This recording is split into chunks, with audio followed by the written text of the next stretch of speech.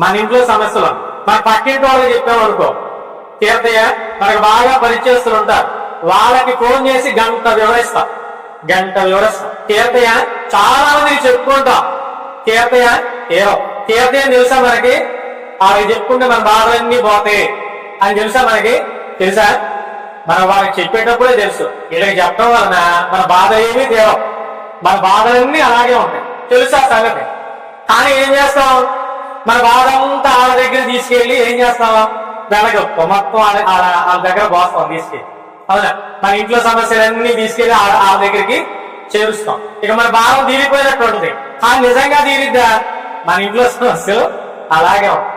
కొన్నిసార్లు ఏమైందంటే వాళ్ళకి ఇంట్లో ఎన్ని చెప్పడం వలన ఇంకా లేనిపోయిన సమస్యలన్నీ కూడా వచ్చి తల మీదకి వచ్చు. అప్పుడు సమస్యలు తగ్గుతాయా పెరుగుతాయి?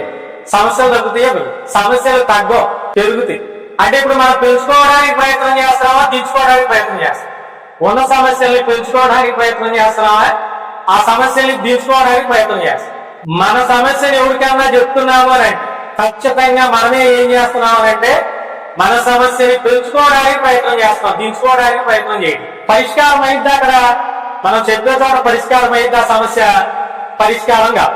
ఏంటి మన సమస్య ఏంటి? అనారోగ్యం వచ్చింది, చెప్పుకుంటే తగ్గిపోద్దా? ఆరోగ్యం చెప్పుకుంటే తగ్గిపోద్దా? ఇంట్లో సమస్యలు ఉన్నాయి, కలతలు ఉన్నాయి, సమాధానం లేదు, కొట్లాట్లు ఉన్నాయి, గొడవలు ఉన్నాయి. ఎవరికో చెప్పాం తీరిపోతాయి. ఆర్థికంగా దిగజారిపోయాం, ఎవరికో చెప్పుకుంటే మరి పరిస్థితులు మారిపోతాయి. మరి ఎక్కడ పరిష్కారం?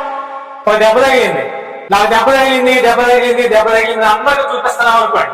అది దెబ్బ తగిలి గాయమైపోయి రక్తం గారిపోదు, అందరికీ చూపిస్తున్నాం ఊరంతా తిరిగి, నాకు దెబ్బ తగిలింది రక్తం గారిపోతాం. అవునా, ఏమైంది? ఆగిద్దా రక్తం? గాయం మాగిద్దా?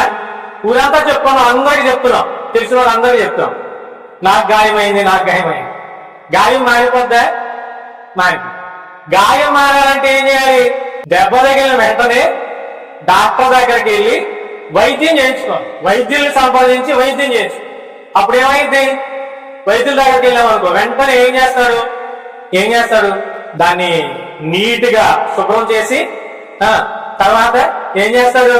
దానికి ఆయింట్మెంట్ పూసి మంచిగా కట్టు కట్టి 2 ఇంజక్షన్లు చేస్తాడు. ఏమైంది అప్పుడు? ఆ నొప్పి నుంచి విడుదల పొందుతాం. చేసినటువంటి వైద్యం వలన మెల్లిగా ఆ తగిలినటువంటి గాయం నుంచి కూడా విడుదల. అవునా, గాయమైంది, దాన్ని తగ్గించుకోవాలంటే పరిష్కారం రూట్ అది. అదే ఊరందరికీ దాన్ని అట్లా పెట్టుకుని తిరుగుతున్నాం అనుకోండి, తగ్గిద్దా? తగ్గదు కదా. ఇప్పుడు మన పరిస్థితి కూడా మనకి ఏదన్నా సమస్య వస్తే మనం అందరికీ చెప్తాం, చెప్పాల్సిన వాళ్ళకి చెప్తాం. దెబ్బలైతే ఊరంతా తిరిగి డాక్టర్ దగ్గరికి వెళ్ళకుండా మానేసినాడు. మనం ఏం చేస్తామంటే సమస్య వచ్చింది అనుకోండి, అందరికీ చెప్తాం, మాట్లాడిన వాళ్ళకి కూడా చెప్తాం కదిలించి, మన సమస్య వాళ్ళకి తెలియాలి. కానీ చెప్పాల్సిన వాళ్ళకి ఆశ్రయించాల్సినటువంటి వారిని ఎవరిని ఆశ్రయించాలి? దేవుణ్ణి ఆశ్రయించాలి. ఏదైనా సమస్య వచ్చిందా కృంగిపోకూడదు, పద్దాకా దాన్ని తెలుసుకుని కృంగిపోకూడదు, మొట్టమొదటి విషయం. రెండో విషయం ఏంటంటే మనకున్నటువంటి సమస్య వాళ్ళకి కాదు చెప్పాల్సింది, ఎవరినో కాదు మనం ఆశ్రయించాల్సి. ఎవరిని ఆశ్రయించాలి అని అంటే దేవుణ్ణి ఆశ్రయిస్తే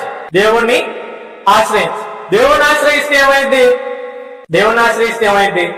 దేవుడు ఆ సమస్య నుంచి మనకి విడుదల కలిగిస్తాడు.